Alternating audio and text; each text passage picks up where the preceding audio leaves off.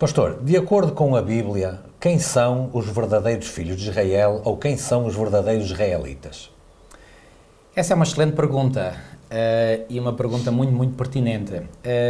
Vamos começar pelo primeiro Israel. Pois bem, na Bíblia, o primeiro Israel é mencionado logo no primeiro livro da Bíblia, que é o livro de Gênesis. E no capítulo 32 de Gênesis, nós temos a experiência de um homem literal, conhecido como um dos patriarcas mencionados no Antigo Testamento, e no capítulo 32 nós temos aqui a experiência de um homem que viveu uma luta com Deus durante uma noite, num val, o val do Jaboque, como é que é mencionado, e não vou agora entrar em pormenores sobre esta experiência, mas ela pode ser lida em Gênesis no capítulo 32 e a partir do versículo 22 até ao versículo 32. E diz-nos aqui que quando Jacó viveu esta experiência, primeiramente ele pensava que estava a lutar com um ser humano, seguramente, quase mais do que certo, lhe passou pela mente que seria o seu irmão Esaú, que ele já tinha ouvido dizer que vinha ao seu encontro com 400 homens armados, soldados. Era a recepção, entre aspas, que Esaú lhe ia fazer, porque tinham passado 20 anos desde que Jacó tinha fugido da sua casa, mas o seu irmão Esaú não tinha esquecido aquilo que ele sentia como sendo uma traição que o irmão lhe fez, e portanto ele agora sabia que o seu irmão estava de volta. Ele disse: espera lá que eu vou tratar do sebo. E então preparou 400 homens, pensando eventualmente que o irmão vinha armado, o que não era o caso, para lhe poder fazer a recepção e dar cabo dele.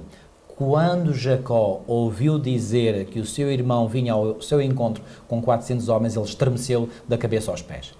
E foi aí que ele então se separou, foi à parte, isto era de noite, então aí ele queria encontrar-se com Deus. Só que quando ele estava para ir para esse local, quando ele estava para iniciar provavelmente momentos de oração com Deus, aparece-lhe alguém à frente. Bom, Jacó não consegue reconhecer, era de noite. Quem terá sido seguramente a pessoa que passou pela mente de Jacó que estaria ali? O seu irmão Esaú, claro. Vai aproveitar que é de noite exatamente. para acabar comigo ele aqui. Pensou, o meu irmão vem aqui, se acabar comigo, pronto, nem precisa de fazer guerra com mais ninguém, está o assunto resolvido. E, portanto, o meu irmão está a fazer-me aqui uma armadilha para vir ao meu encontro, para me matar, e, portanto, fica o assunto resolvido.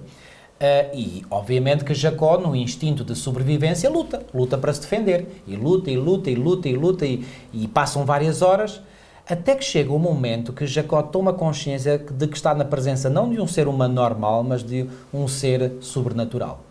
E quando Jacó toma consciência disso, Jacó agora vai dizer, e repara, diz aqui que ficando ele só, no versículo 24, e lutava com ele um homem até ao romper do dia, vendo este, falando do tal homem, que não podia com ele, tocou-lhe na articulação da coxa, deslocou-se a junta da coxa de Jacó na luta com o homem. Disse este: deixa-me ir, pois já rompeu o dia. Respondeu Jacó: não te deixarei ir, se me não abençoares.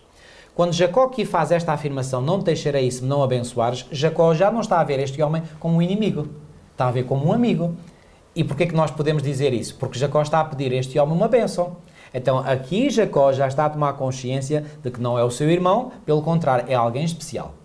E pede-se bênção a quem? Bom, pede-se bênção a quem é superior a nós. Então aqui claramente Jacó já se apercebeu de quem estava diante dele. Aliás, mais tarde ele vai dizer, aquele lugar chamou Jacó Peniel. Peniel quer dizer face de Deus. A parte final, El, quer dizer, vem do prefixo da palavra Elohim, quer dizer, Deus. Aquele lugar chamou Jacó Peniel, pois disse: via Deus face a face e a minha vida foi salva. Via Deus face a face. Então aqui, Jacó plenamente reconheceu que tinha estado na presença do próprio Deus.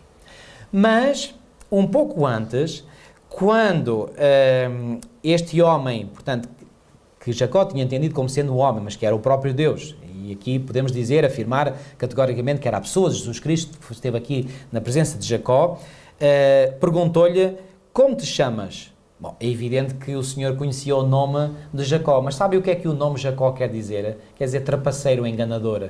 Refletindo um pouco a experiência que ele tinha tido com o irmão e com o pai. Exatamente. E este pedido que Deus faz a Jacó, como te chamas, era para que Jacó, ao pronunciar o seu nome, pudesse reconhecer aquilo que ele era de facto, um enganador. Ou seja, quando Jacó disse o seu nome, estava, por assim dizer, a fazer uma confissão do seu erro. E qual era o seu erro? Qual era o seu maior erro da vida? Era ser enganador. Tinha enganado o seu irmão, tinha enganado o seu pai. Então, Deus está-lhe a pedir uma confissão.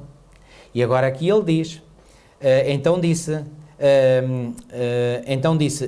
já não te chamarás Jacó, e sim Israel, cá está o primeiro nome Israel que aparece na Bíblia, pois como príncipe lutaste com Deus e com os homens e prevaleceste. Ok, tu reconheceste que és enganador. Agora, vais deixar esse nome de parte, porque isso agora não vai mais corresponder ao teu novo caráter.